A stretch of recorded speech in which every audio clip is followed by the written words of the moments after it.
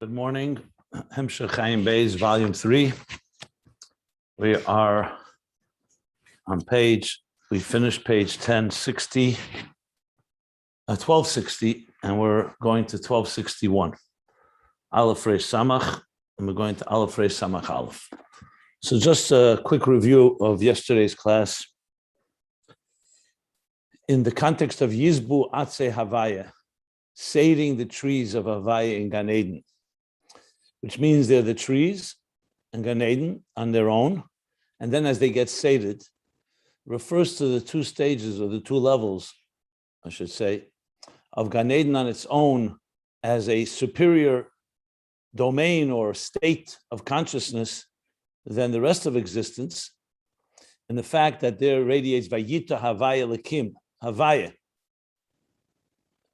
which, as he explained, is the Yichud of Chochmah Bina Chitzeni, as it radiates in Zah, and Zah stands, Malchus stands equal to Zah, like the level of Achosi, which is that Malchus has elevated to be in equal stature, but it's still receiving through Mides the levels of what he called Chitzenius HaMeichin, or the outer dimension. But that's higher than Havaya Adnai, which is how Malchus descends. How Malchus is Biti, the daughter, and as it descends into Biyah, which is the Neshamis, as they're already engaged in a world of creation. Here we're talking about a level that's in Atzilus, which is a world of unity. It's a structure, but it's a world of divine unity. And as he said, Yizbu Atzavaya and Asher Sham, the expression was, that's where the birds nest, Asher Sham Hatzeperim Kananu, which refers to the souls, the higher level of souls that he described, that are somewhat more spiritual than regular souls, if there's such a thing as regular souls. So this was, and Yizbu, on the other hand, sates it all, meaning it fills it up on a far higher level, not just quantitatively, that becomes even sweeter than honey and honeycomb, because now we're going into the Yichud Pnimi of Chochmah Bina, the Tainug Atzmi, as he called it. So Gan Eden on its own is Tainug Atzmi as well. The souls experience pleasure of the divine, but it's still something that's murgish, they feel it. Now it's a Tainug Atzmi built in murgish. This higher level, which corresponds to the Yichud Pnimi, the Zivuk Shlim, the total union, where Chochmah Bina, and for that matter, the Midas as well, that help catapult them there, gaze at Chochmah Bina, gaze at Arich and the forehead of Metzach and forehead of Arich, which is Rotzen, and all the way to Atik, which is of course the highest levels of pleasure. Now we're all radiating in Chochmah Bina, which in turn elevates and radiates the godless of Abba. That level of Bittul also affects and elevates the Midas to that level, as well as Malchus, as we learned at length. So in the last paragraph that we learned, he added that this idea of Yizbu is also hinted to in Medrash, because the Medrash says on this verse that there are three forms of sating, three levels of sating the life, chayehem, their lives, meimehem, their waters, and their plantings. And briefly, the three are chayehem is bina, which gives life to the Midas. Meimehem, water, is Chochmah. And Metoson is Zohar Malchus. Or, as he explained, that the first two are Atzilus, and Metoson is how the Neshamas or Malchus goes into Biyah. And Yizbu means each of them have a level as they are on their own. And the Yizbu is not just Chitzenius Bina, or Chitzenius Chochmah, or Chitzenius of all these levels, but the Pnimius. And like he concludes in the bottom of the end, that this Pnimius is the level of Yichud Pnimi of Chochmah Bina. And what does that achieve?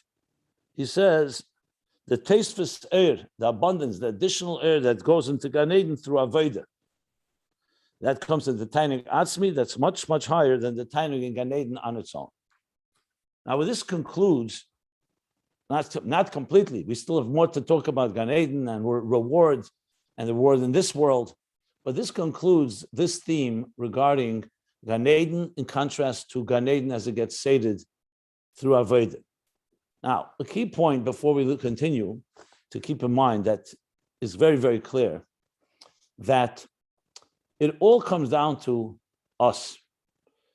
Whatever you receive in your life and your gifts and blessings is going to be dependent on your effort. In other words, we're all blessed with a certain amount of life and amount of wisdom and emotions and all of that. But if you want to have a growth in that area, so it all depends on what you do. Like he said before, earlier, that when you have b'chol levavcha b'chol nafshecha, you love God with all your heart and with all your soul, which means with all your faculties, what you receive is also hamshacha, a blessing, a transmission that's also on that level, within the structure of ishtalshlus. However, if you elevate to b'chol ma'idecha, that you go out of your comfort zone and out of your natural wiring and your natural inclinations, so God then in turn also gives you an energy that also goes outside of the divine structure. So in essence, to really say Gan Eden on its own and the Avodah and the Gan Eden as it grows is exactly like the garden example that he gave, that you can have a beautiful garden given to you as a gift. But if you want it to grow with abundance in completely higher measures, it comes down to how well you will work this garden, how much you will tend to it. So the of the Lashamar, the work and the service and the protection that Adam and Chava did in Gan Eden adds a whole different dimension to Gan Eden, even though Gan Eden itself is already higher than the rest of existence. And in this case, the B'chol Meidecha is really the Mesiras Nefesh that he spoke about, an all-consuming love, to the point where everything is absorbed in something in a divine transcendent state. So that in turn is that level elevates everything. And in turn, we get the Amshachas from these highest levels, from Arich and Atik, or what he called Atzmus Ein Sof, and a Oyer Chadash, a new energy, which at the end of the day is the ultimate. Because it's, in other words, you're not just getting, I don't want to say old energy, but you're not getting energy that's there already and you're just revealing it. You actually tread a new path and you can draw new energies. So when Geula comes, Geula is not just bringing it back to the way the world was before Adam and Eve ate from the tree of knowledge. It's a whole new world, a whole new Giluim, as we've been discussing here. Ultimately, in the context of Ayin Beis, it means that we don't just go back to the Tzimtzum and we get the Oyer as it was before the Tzimtzum. We actually experience even higher levels that, so to speak, weren't even revealed before the Tzimtzum. So ultimately, what we're doing here is achieving something which is not just aligning our lives to godliness, we're actually drawing down whole new dimensions of godliness into our existence. And that's critical to understand, first of all, the general theme. Again, we have plenty more to go. We haven't covered the idea of the difference in schar in this world and Gan Eden. Questions that still remain lingering, hanging, Havai Chatam Merivov, and definitely not Einoid. We have to go back to Einoid, which we will get back to. But now the Rabbi Rashab is going to add another element to how our Avodah draws down something from above, because remember, the big challenge is that higher worlds are higher for a reason. Atzilus is higher than Beriyah because it has a higher divine dimension. So the obvious question is, how then can you go from a lower level to a higher level? And the answer is through Avodah. Because without Avodah, the second floor is higher than the first floor. It's the Avodah that allows us to climb the ladder and elevate, because like we spoke, the example of a student, the more the student studies and expands their horizons, expands their containers, the more seichel, to the point that they can become equal or even surpass their teacher. So now the Rebbe Rashab on page 1261, the top of the page, we're going to start the next paragraph, is going to, I make a crease on the page whenever I see like a subsection, a new section beginning. It's still in the flow and there's still plenty of overlap and so on, but just bear in mind, he covered a certain subject and we're going like to another chapter now. So here there are no chapters, they're paragraphs. So the pages can be found at ayinbeis.com. I'll just stop a moment because we're starting on like a new chapter. If anybody wants to ask anything or clarify anything in what I've said or what we've learned. And if not, I'll just continue. Okay. However,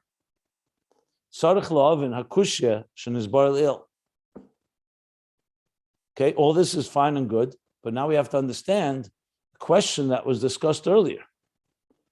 And that's the question I just alluded to. How is it possible that such a awesome level of revelation, the b'chinas tainuga atzmi, of b'chinas tainuga atzmi b'gan Eden,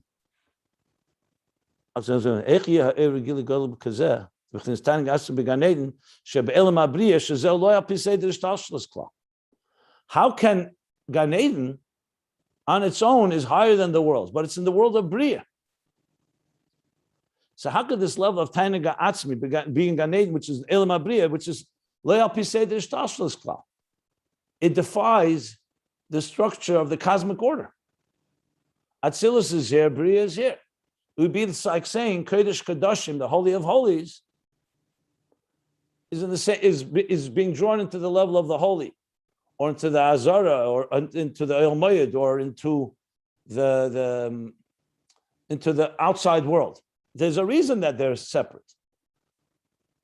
So I know you could answer very simply. That's the avodah that we do, which he's going to discuss, but he didn't, and wants to answer that actual question. Now, where was this question stated? Let me point you right to the question. It was a long time ago. The question is right here on page. Let's just get the questions. I want to just see it there. I think it's on page 1213. Yeah.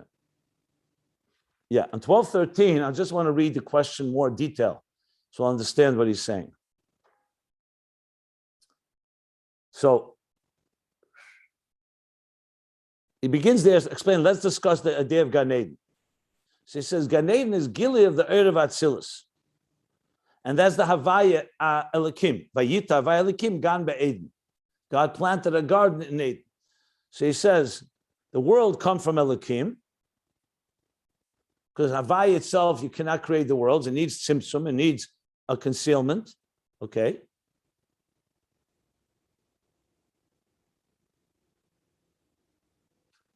So when Havaya goes into Elikim, that's how the energy flows downward outside of Atzilus.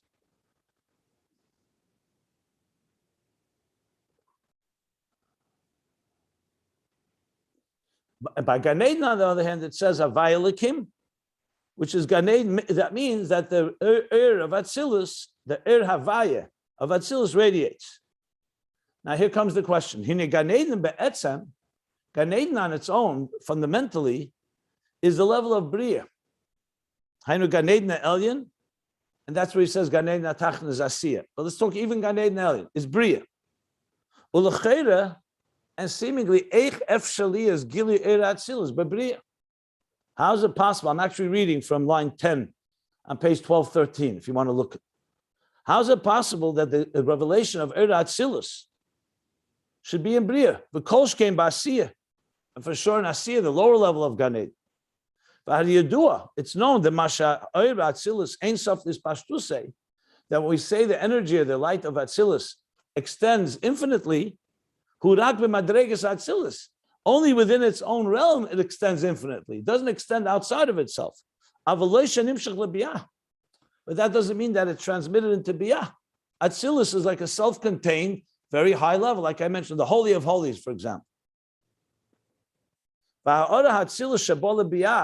And the reflection of Atzilus that comes into Biyah has a b'chinas ershel tulda bilvad. It's only a second bounce. Ershel tulda means a light that comes from the offspring of the original light. Tulda means like an outgrowth, like a tail dish. This week's Pasha, tail dish, like offspring. So ershel tulda, in other words, the original light is shining. From that comes a ershel tulda, like a so-called a reflection of that light. That's the language that Alter Rebbe uses. Ayedeha parsa because it comes through after the partition, through the partition which separates between Atzilus and Biyah. Like similar to the partition, Havdalah, Ben Shabbos, and the 6 days of the week. So how could that, our Atzilus come into Biyah? And how is it possible that the souls of Biyah, how can they receive? The question is twofold. How can the Atzilus come into Biyah? And how could the souls receive this energy of Atzilus, lanes, meziva shchina, to benefit from and enjoy and delight in the reflection of the Shechina of Atzilus, and they shouldn't become annihilated or obliterated from their existence. This is the full-blown question on page 1213. And that's when the Rebbe Rashab went into the whole thing on Yirishin and the Achren, whole thing with Malchus, and Chochmah, and Keser. And then from there, he went back to Gan Eden.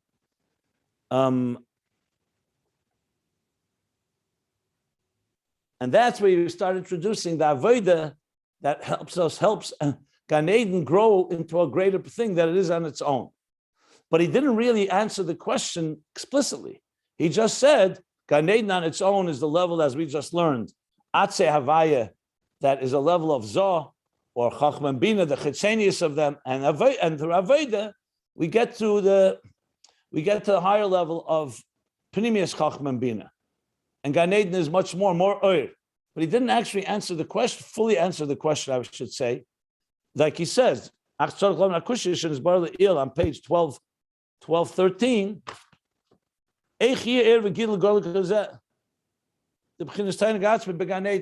how could there be such a great, awesome thing in Gan Eden? It goes against and defies the structure of Ishtalshlus. So he's going to now explain this more, which of course, it's very clear the theme of Ayin Beis is what? Interface. So he wants to really dissect the interface to the point that you can say that a lower level can connect with a higher level. But the Rebbe Rashab wants to spell it out in the most detailed way possible. Now think about this. This is a microcosm, the general question of the whole Ayin Beis, especially the last few hundred pages. How can post-Tzimtzum reality experience a pre-Tzimtzum consciousness? How could a post-Parsa? This was in volume 2. This is where it all began in the Torah of the Magid. This is the long parentheses on Asela Chashtei Chatzetzlis, that he said, Atzilus, we could understand how Atzilus connects with that which is higher than Atzilus. And he gave a whole explanation for that.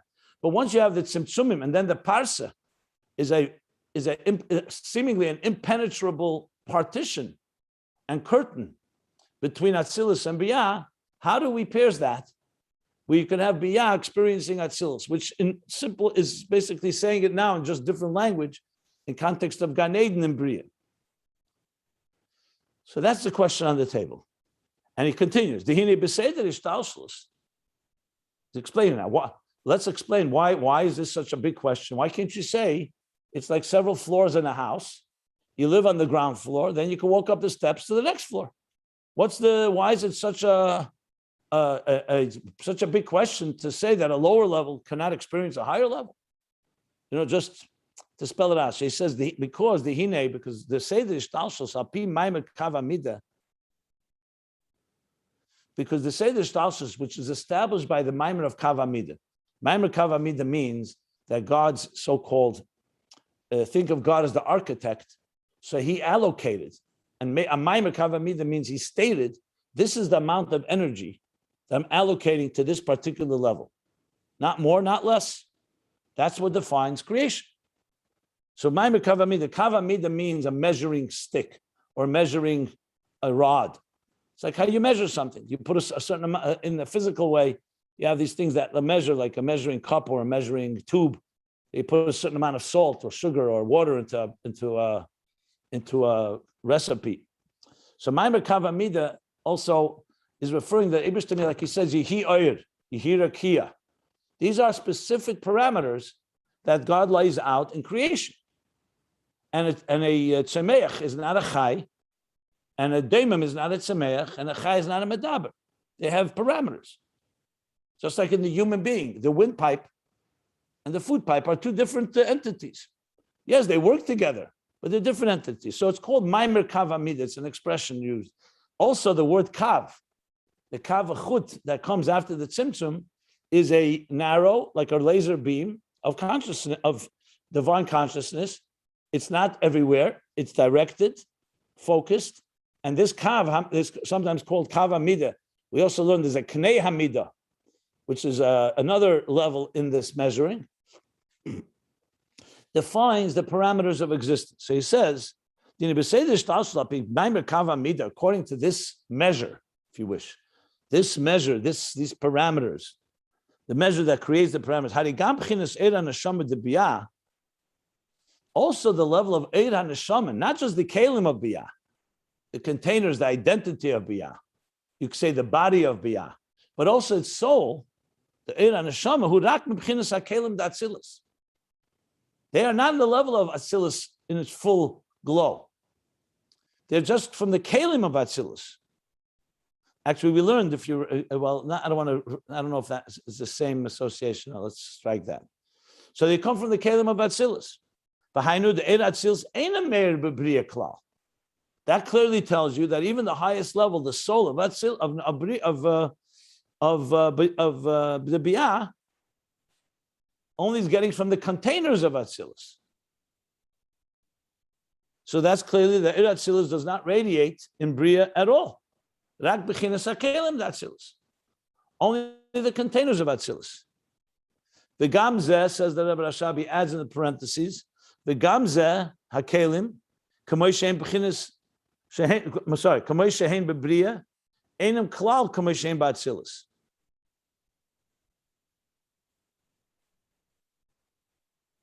So in addition, what he's saying that the Shama of Beriyah is only receiving from the containers of Atzilus. I'll explain in a minute what that means in simple English. He says also the containers, the way they are in Beriyah, are not the same way they are in Atzilus. In other words, the containers of Atzilus, as they come into Beriyah to become its neshama, are not at all the same. Even the Kalim. As was explained earlier, Dibra Maskal Vahi Baye Mashmini. In the Maimer Rabbi by Mashmini, that's in volume 2. So let me just explain in a simple way. Let's talk about 3 levels of people learning Torah. 3 levels of scholars. One is the master scholar. He has a student who's a master, but not as great as his teacher. And he has a student that's on a 3rd lower level. Now, there could be many more levels, but I'm just using 3. Now, when the master teacher, Moshe Rabbeinu, so it says Moshe Rabbeinu, how did he teach? The Gemara in Eruvin, Rashi brings it at the end of Parashat Kisisa, that when Moshe would teach, he would sit in his tent, and he would teach it first to Aaron, his brother. Then they brought in Aaron's children, and Moshe would teach it again. And this time Aaron heard it a 2nd time, and his children heard it the 1st time. Then they bring the next tier, the Skenim, and they would come, and then you would have Aaron hears it 3 times, his sons twice, and the Skenim once. And then they would go, and each would teach it the same type of structure. So you constantly had a hierarchy where Moshe, of course, was the source. Aaron was a level lower, so he can bring it down, the children, and then the Skenim. So this is a real healthy process of learning. Like all schools are based on this officially. A good school, you have the highest level, then you have the students of that who become the teachers of the next level, and so on.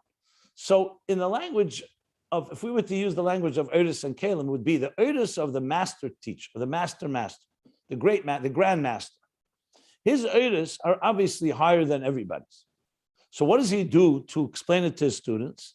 To his prime student, who's himself going to be a master, he's going to give him with examples. He'll take the Oyer, put it into Kalim, that the student could understand this. But so these Kalim now are coming from the Oyer of the teacher. But for this teacher now, the 2nd level, to teach the 3rd level, he definitely is not accessing the Oyer of his master. He's accessing his own Oyer, which is coming from the Kalim of his master. So now the Kalim of the master, the grandmaster, has become like the Oyer of the master, And the master's Oyer is now turning into Kalim that he gives now to the next level. So in different way of saying Atzilus, Beriyah, Tzir, Asiyah work the same way. Atzilus is like the Grand Master. There you have the Oiris of Atzilus. They have their Kalim. In Beriyah, Beriyah receives the Neshama, the Oyer of Beriyah, the Oyer of the Seichel of Beriyah, so to speak, or all the spheres, receive from the Kalim of Atzilus. Not from the Oyer of Atzilus, from the Kalim. The Kalim of Atzilus receive from the Oyer. So there is Oyer there, but they're receiving it through a filter, essentially. We're not even talking about the parsa, the partition. And Beriyah does the same thing with Yetzirah and Yetzirah with Asiyah. So what he's saying here is exactly that. That number one, so the fact is that even the Eir Neshama, even the Eir of Beriyah, the Eir of the Neshama of Beriyah, let alone the Kalim, are receiving from the Kalim of Atzilus. And furthermore, as those Kalim are in Atzilus, when they are in the next level of the student, even the Kalim themselves change. Because how a student hears, let's say, examples or explanations of his teacher, they're still not on the same level as the teacher says them. He can now understand them, but now he's assimilated it and internalized it on his level. So that's what he says. Gam Kalim Commission, that also the Atzilus Enemer Beriyah Cloud, Abchinas HaKalim D'Atzilus. The Gam Zeh HaKalim Commission, but Beriyah Enu Kalal Commission B'Atzilus. So even the Kalim themselves shift as they are. In other words, the example, let's say, that Moshe gave to Aaron, as Aaron receives them, they're different than the way they were at a lower level than they are in Moshe himself.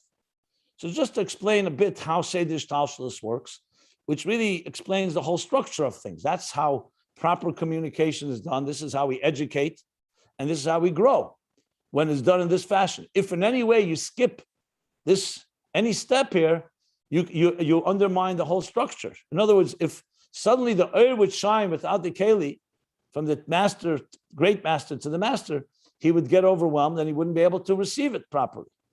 So in other words, there's a fundamental structure here between Beriyah and Atzilus. It's meant to be that way, which of course only amplifies the question. He continues in explaining these levels, and then he's going to go back to the question. Which is the highest level in Beriyah. In Beriyah itself, Gan Eden, we learned, is like Kodesh HaKadoshim in Beriyah, Keser Chachma Bina. Like he says, B'chinas Heichel Kodesh HaKadoshim, Commission is Bar Le'il. It's like the chamber of the Holy of Holies. Kodesh HaKadoshim, Kodesh and HaKadoshim is 3 levels. Kodesh is 1, Kadoshim, plural is 2. Meir B'chinas Bina D'Atzilus. There you have radiating Bina V'Atzilus in Gan Eden, which we learned encompasses Keser and Chochmah, v'yesh leimer. Just want to see 1 second if he's going to go back to the.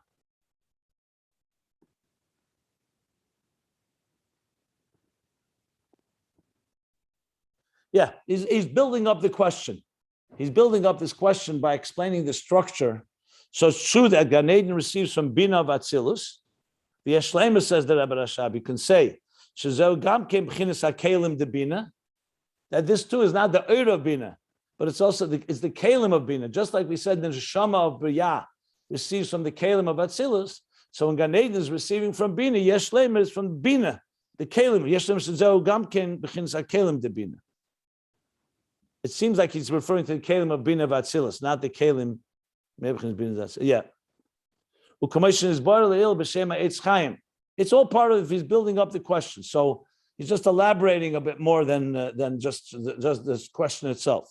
Like we learned earlier, in the name of the Eitz Chaim, the Mashanihi, the Ima, Nasim Meichen Lezah.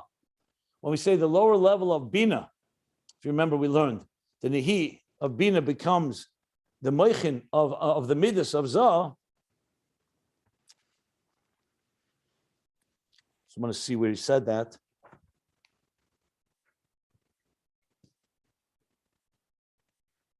Yeah, that was said a few times, I think, but one special place. I'm just looking 1 second. Okay, I'll find it later. Fine. The Nehi of Bina becomes the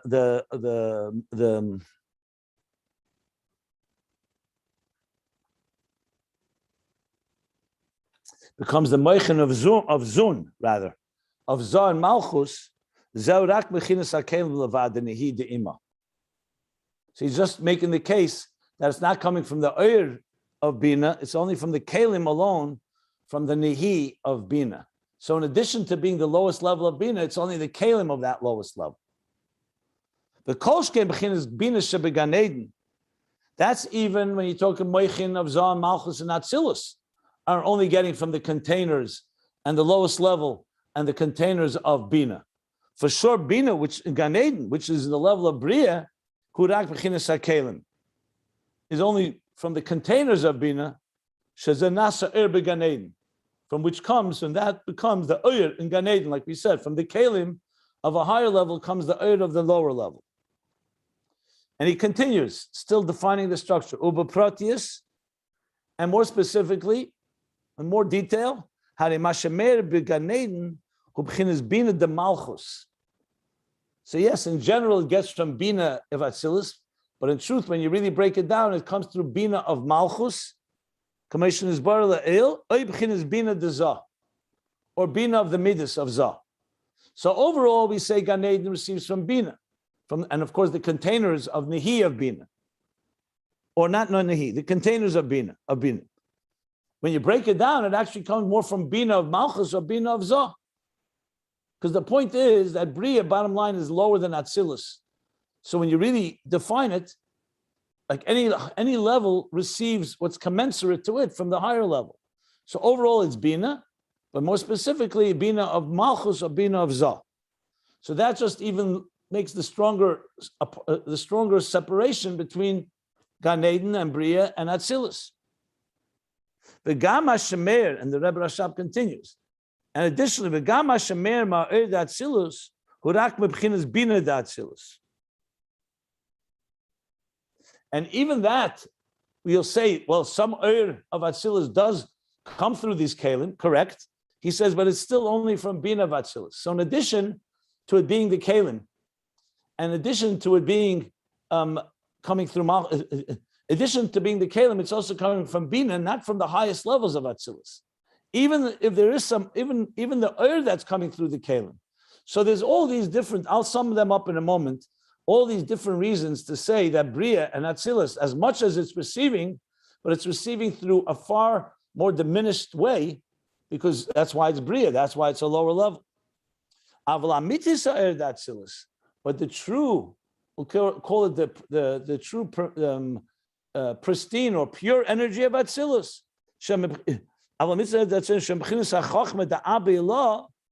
that comes from Chachma Atzilus, which is higher than Bina. Mekanan Atzilus, that nests in Atzilus. In other words, that's a step away from Bina, and therefore definitely a step away from Beriyah and Gan Eden. And so he says, well, let me read the Nigun a little differently. The true Oyer, the true prime Oyer of Atzilus, which comes from Chachma, the Abilah Mekanan Atzilus, because the supernal Chachma nests in Atzilus, ain't a mere klal be'elam Beriyah. That doesn't radiate at all in Beriyah. So when we say that Bina radiates in Beriyah, like I said, Bina mekanan up at Kursaya. Bina nests in Kursaya, the world of the throne, which is Beriyah. That's Bina. But Atzilus, its domain is Chachma, its domain is Atzilus. V'ayim mashin is bar le'il, dibra maschel adam kiyiyah, v'dibra maschel zeh yitnu. You do see recently that he's bringing a lot of Maimarim from before. He's tying things together. So there's no question. If you look there, it'll help us understand what we're learning here. So he refers to two Maimarim here. I'll just refer Adam Kiyiyah, volume 2, and Da Yitnu also volume 2. So I don't remember right now what it says there. I'd have to look it up. But clearly it's in this subject matter, because this is not the first time we're learning how Atzilus and Beriyah are so far apart from each other. And the reason for this is why can't Chachma go into Beriyah? Because it's not commensurate to one another. It's not its place. It's like saying, why is Shabbos not in the weekday? Or why is Yom Kippur not a weekday? That's the separation. Or why is a Talmid Chacham a great scholar in his world and not in the same world as someone who's a far lesser scholar? That's not, according to Seder Shtalshus existence, is not wishy-washy. There's a real parameters and real boundaries.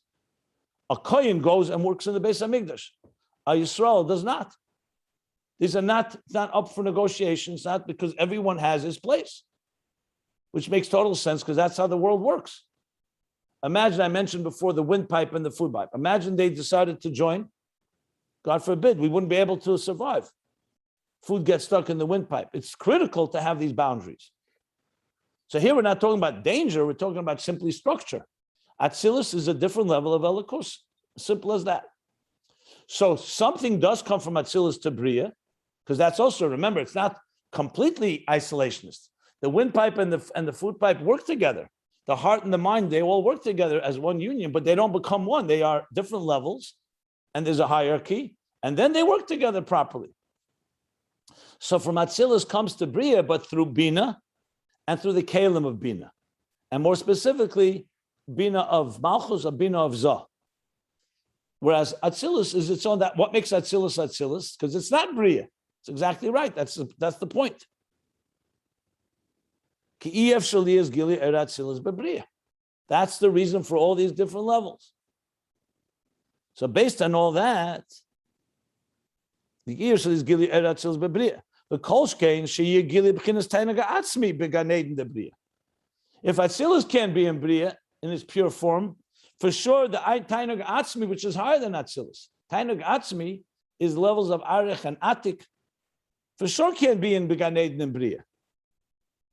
So the question, of course, is intensified based on everything we just learned. How Gan Eden, even though it's receiving from Atzilus, but how could you have such a Gili Godel? He's not saying just a taste. You could have the Gili that Gan Eden is now Yizbu Atze Avaya, sated. He didn't say Gan Eden receives a glimmer, a taste, a glimpse. He says it's sated. That means it's filled up with what? With this Gili of Tainuga Atzmi that we've been talking about. So how do you explain that at the same time it does not undermine the hierarchy and the structure? Ubeyoser Yifla. And even more wondrous is this. In other words, you could say if it was Makif, okay. Gan Eden, through Aveda, we get a hovering, transcendent energy, but it doesn't enter Bepnimius in Gan Eden because Gan Eden is not a Keli for these high levels. So something is there, but it's in a form of not Maprimi. What's more wondrous, he says, is that the Gili comes in an internalized way, integrated. Er Makiv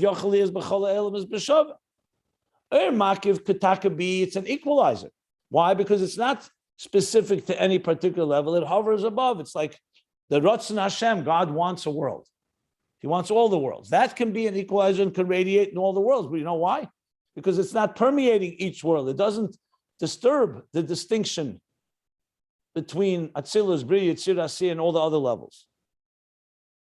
The Gamzeh, the Alter Rebbe Rashab says, even Er Makiv that radiates to some extent, who ain't a b'chinas Gili mamish. It's not mamish b'gili, that's why it's Makiv. U'makol mokim, Yachali is gam b'gili adeh ha-mitzvahs. Nevertheless, since mitzvahs are the will of God, so mitzvahs draw this Er Makiv, so there is a measure of Gili through mitzvahs. But achu b'chinas Makiv levad. But it's only in a makif, not in an internal way. So he's saying two things here. There's makif and not pnimi. There's helam and not gili. Makif can be, it hovers, but it's not really revealed, even though it's there. Through mitzvahs, you could also have a revelation, but you can't have pnimi. Pnimi requires that it internalize through and through. Why can't it be pnimi? Because a makif, by definition, is meant to be, is beyond and transcends the borders and boundaries of any entity. So mitzvahs can make it be gili, but still in a form of makif. Okay. To understand what means gili and makif, you could say, well, isn't makif mean helam? To some extent, yes, but gili could mean that when you do a mitzvah, like he says in Perik Dal and Tanya, mitzvahs are the Torah mitzvahs are one with the Eibishter, so it's like you're embracing God. So even though you can't understand it, but you can definitely experience it, that means a gili. Understand and internalize it would be another level. which we're going to talk about, but not right now. So bottom line, getting back to Gan Eden, he's saying that the even more wondrous is that it becomes an er pnimi, which is mamish internalized in Gan Eden. So makif, fine, we can explain makif, especially with mitzvahs. But if you're talking about an internal energy, internalized energy, how can the internal an energy, which is about tainug atzmi or atzilus, become internalized in Beriyah, when Beriyah by definition is Beriyah, not atzilus? Ayin Beis is yet another mimer.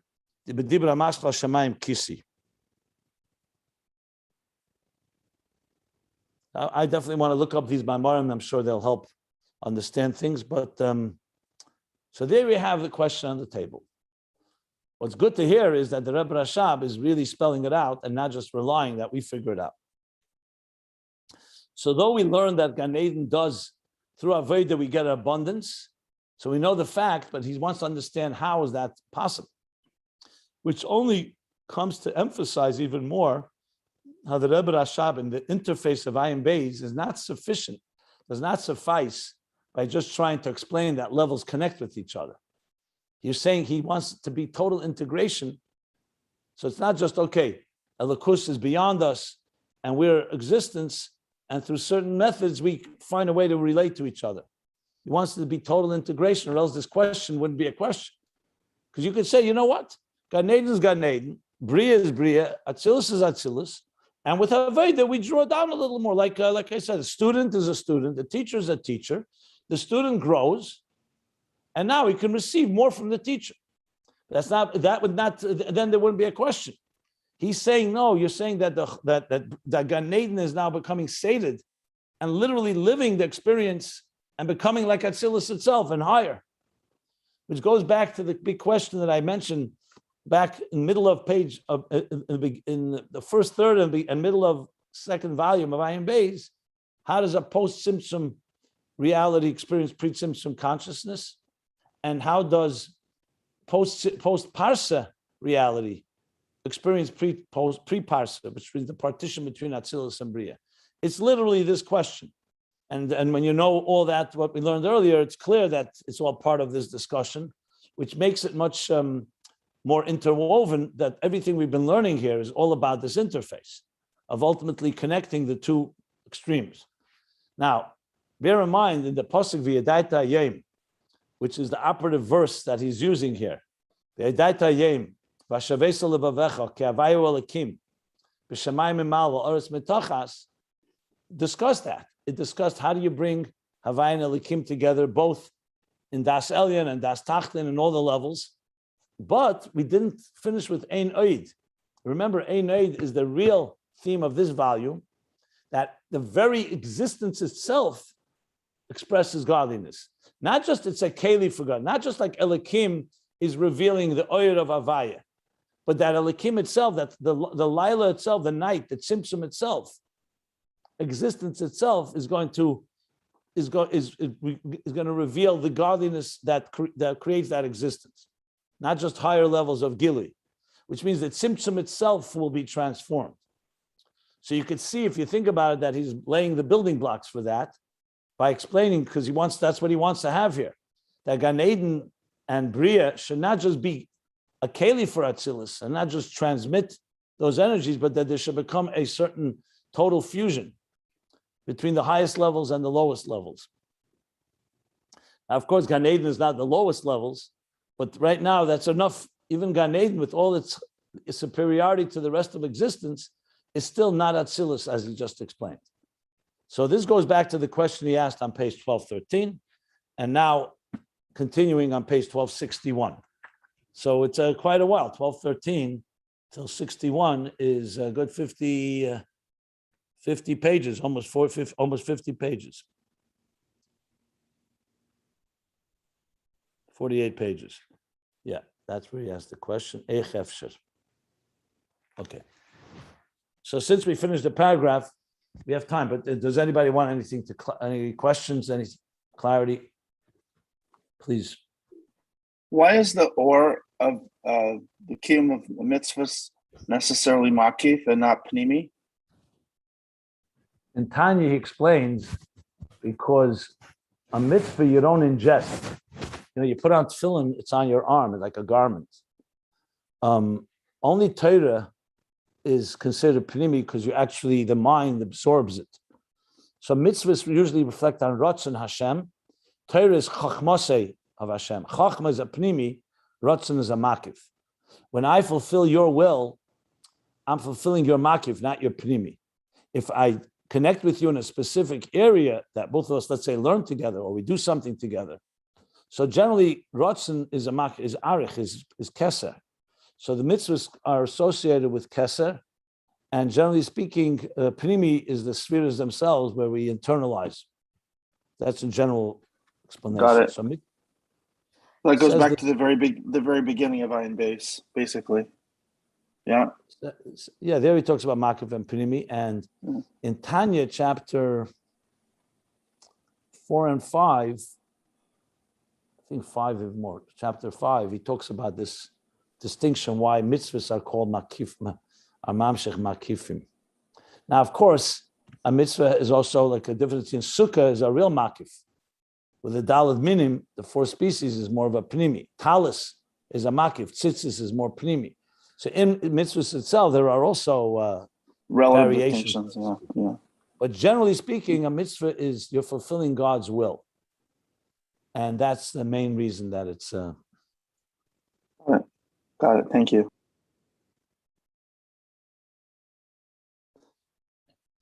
Any other questions? Doesn't the question really come?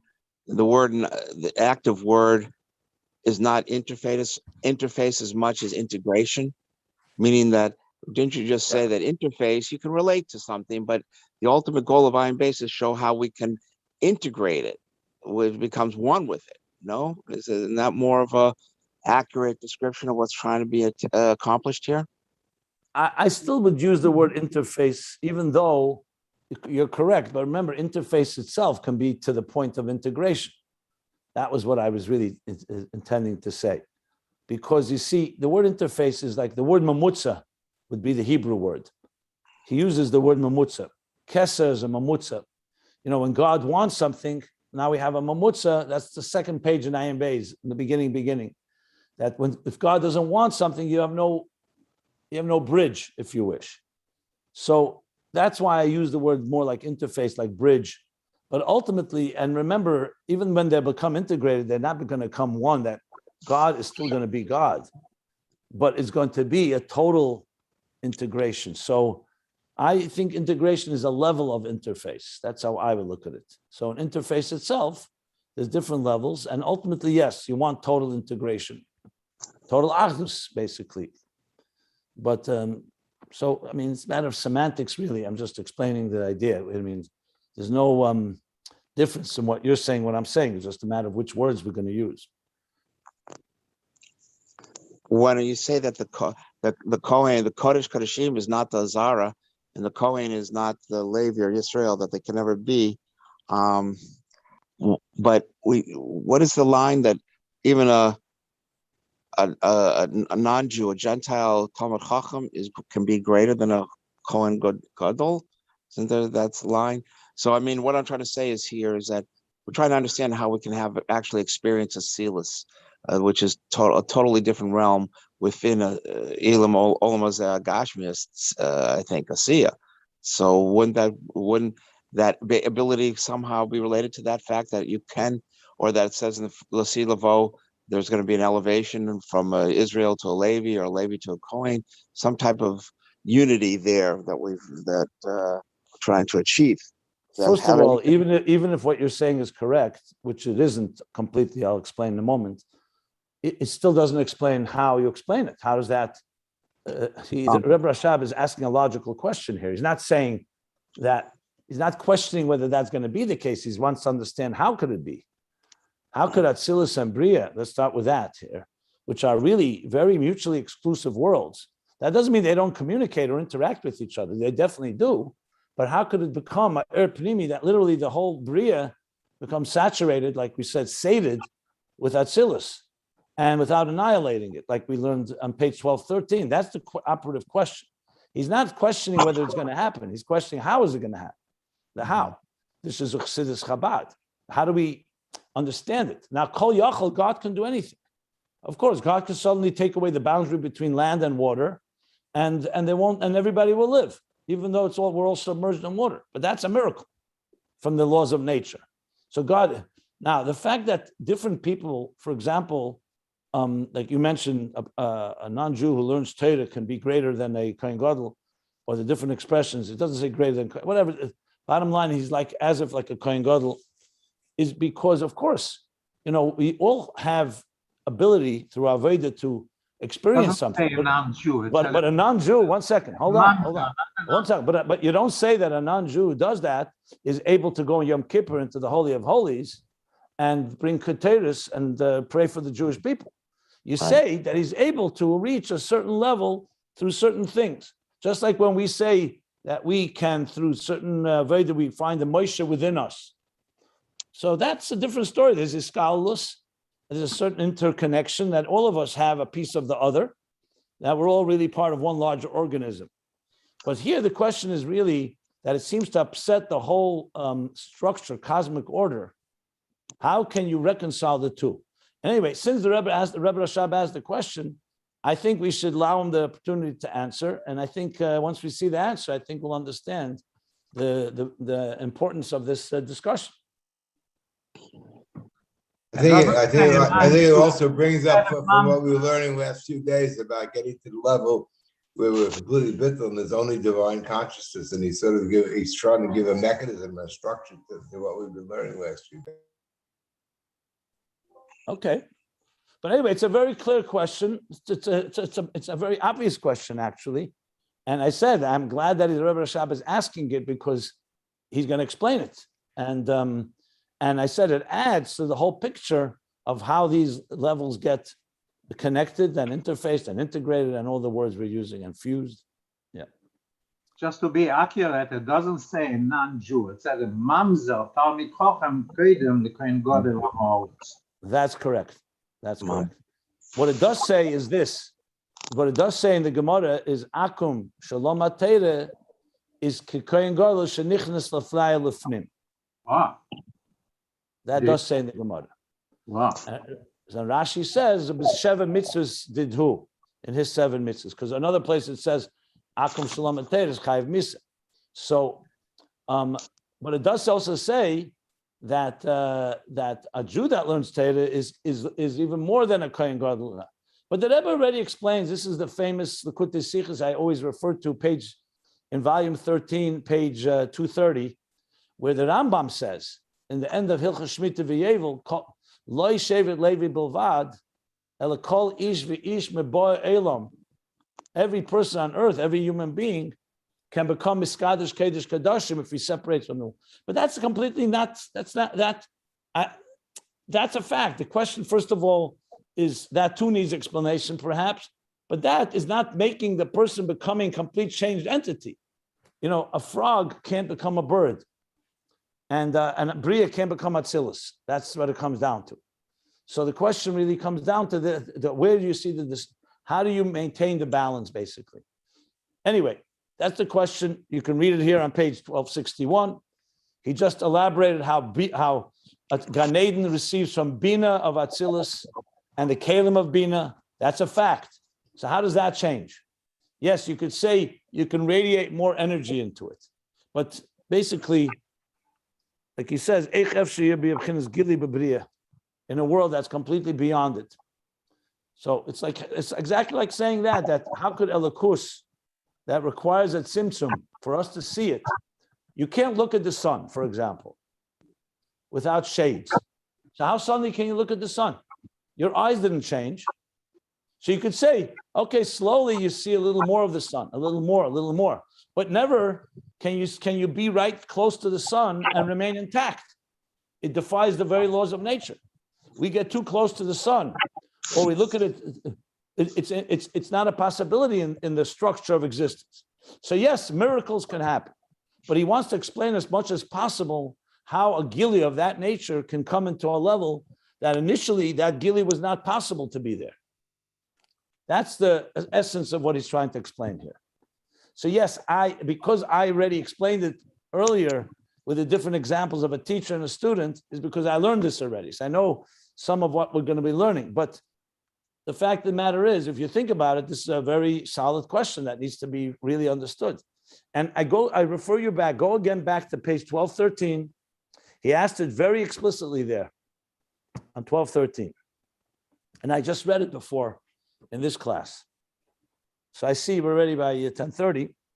So you could read the first line of the next paragraph, and you're going to see he's going to introduce simcha shal mitzvah. The idea that simcha, when you serve with joy, joy changes your personality to the point that you can receive something and it be completely integrated, even though initially you wouldn't have been able to be there. So it's an interesting piece of psychology coming up, how simcha plays a role in this. So again, as depends all on us, if you are able to broaden your horizon, broaden your channels, expand your channels, and refine them, you can then become a keli to something that's not even you. Remember, he spoke of earlier about the midas can be changed through bina. The midas are still wired the way we are. But chachma, you can change a personality. But then comes the question, if you change the personality, then you're not the person you were. So how is that integrated? No, yes, we all can become changed to some other entity. Beriyah can become Atzilus, but it won't be Beriyah anymore.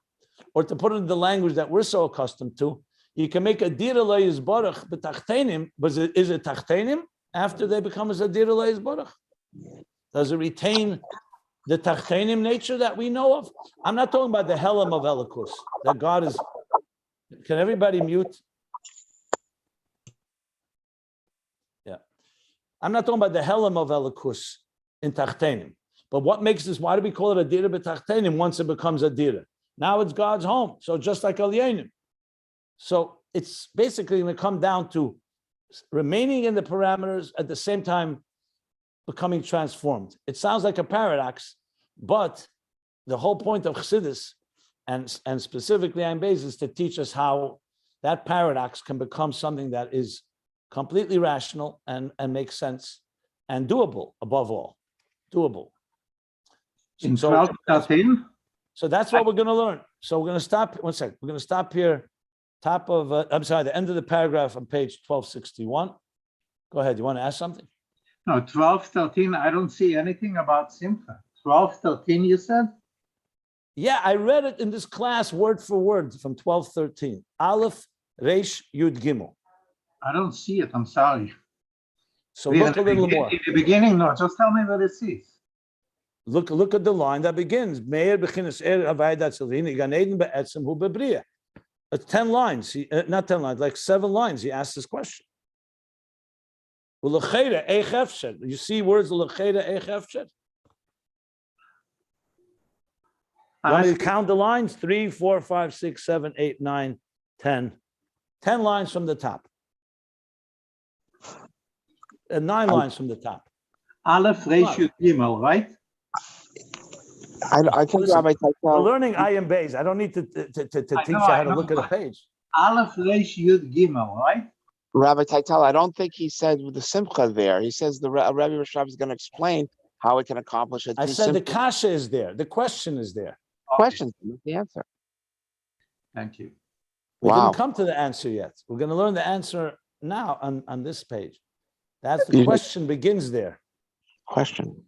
Yeah, I think you just shocked me because I thought you were going to say the Rebbe Rashab is going to explain how we can achieve it through bittul. That was a new teaching. It's always been bittul. You don't know that simcha is a result of bittul?